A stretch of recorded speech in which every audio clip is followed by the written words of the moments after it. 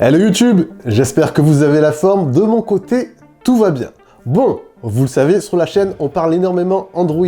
Xiaomi, Samsung, Oppo et j'en passe. Mais à vrai dire, Apple, un tout petit peu moins. Vous ne le savez peut-être pas, mais pour réaliser mes vidéos au quotidien, j'utilise un Mac Mini M1.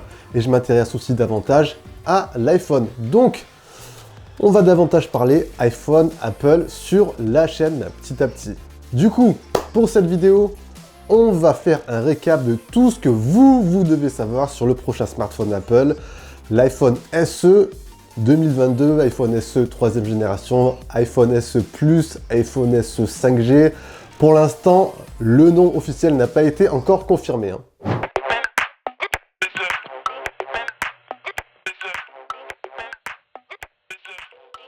Le design. Alors, sur ce point-là, l'iPhone SE 3 devrait connaître un énorme changement.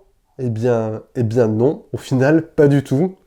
Alors qu'on aurait pu s'attendre à un petit changement, pourquoi pas une petite évolution par rapport à l'iPhone SE 2, il semblerait, et ça, c'est quasiment une chose acquise, que cet iPhone SE 3 conserve en grande partie le même design que l'iPhone SE 2. Plusieurs leakers et plusieurs analystes le confirment. Il conservera le même écran LCD de 4,7 pouces, donc un design reprenant celui de l'iPhone 8. Donc on aura toujours ces bordures assez imposantes sur le haut et sur le bas de l'écran. J'en vois d'ici qui commencent à grincer des dents. C'est un design, rappelez-vous, qui remonte tout de même à l'iPhone 6 de 2014, donc ça fait 8 ans. Personnellement, je trouve qu'en 2022, ça fait un poil abusé, un petit peu vieillissant. Après, voilà, c'est pas forcément rédhibitoire ou dérangeant pour certaines personnes au quotidien, donc au final, ça dépendra encore une fois de vos attentes. Si vous voulez un changement sur l'iPhone SE côté look, il faudra sûrement patienter jusqu'à la prochaine génération qui débarquera sûrement en 2023, voire 2024. Qui dit même design dit également conservation du Touch ID sur le bouton d'accueil. À un moment donné, certains leakers évoquaient un déplacement du Touch ID sur la tranche droite du smartphone, mais vu qu'au final, le smartphone conserve le même design, le bouton Touch ID ne sera pas déplacé. Premier changement, première évolution on dira, et ça c'est une bonne nouvelle, le smartphone sera compatible avec le réseau 5G, et ça c'est le principal changement. Donc ça c'est un bon point pour le moyen, c'est un bon point sur le moyen long terme. Jusqu'à présent, chaque iPhone SE a toujours intégré le processeur du moment, le processeur de la génération actuelle d'iPhone. Il est donc fort probable que cet iPhone SE 3e génération embarque la puce du moment, c'est-à-dire la puce A15 Bionic présente sur les iPhone 13. Donc en adoptant cette dernière, cet iPhone sera plus performant, plus efficient, donc ça c'est un bon point pour l'autonomie, à savoir que l'autonomie n'était pas franchement le point fort de l'iPhone SE2, et donc également ça sera un bon point pour avoir la 5G.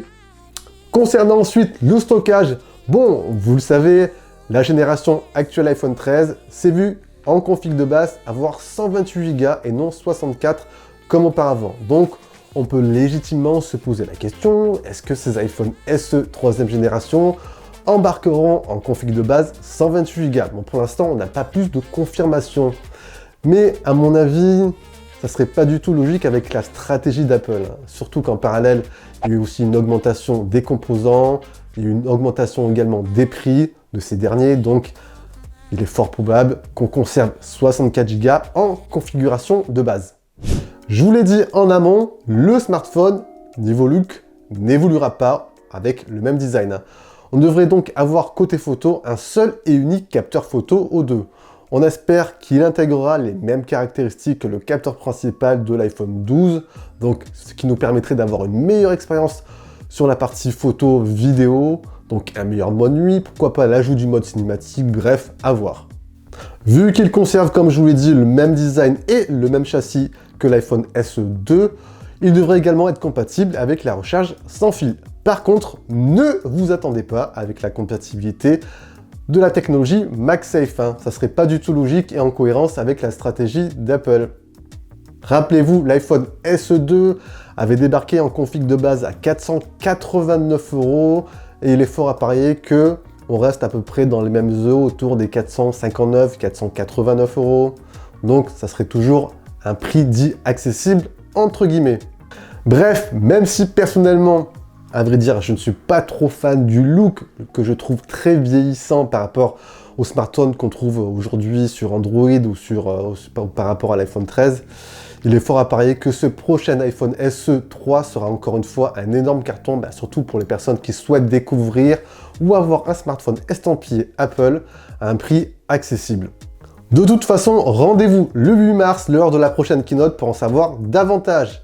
D'ici là, je vous dis bien sûr, comme d'habitude, prenez soin de vous. Si vous avez apprécié, vous envoyez le gros pouce bleu, vous partagez la vidéo, c'est très important pour le référencement, vous savez.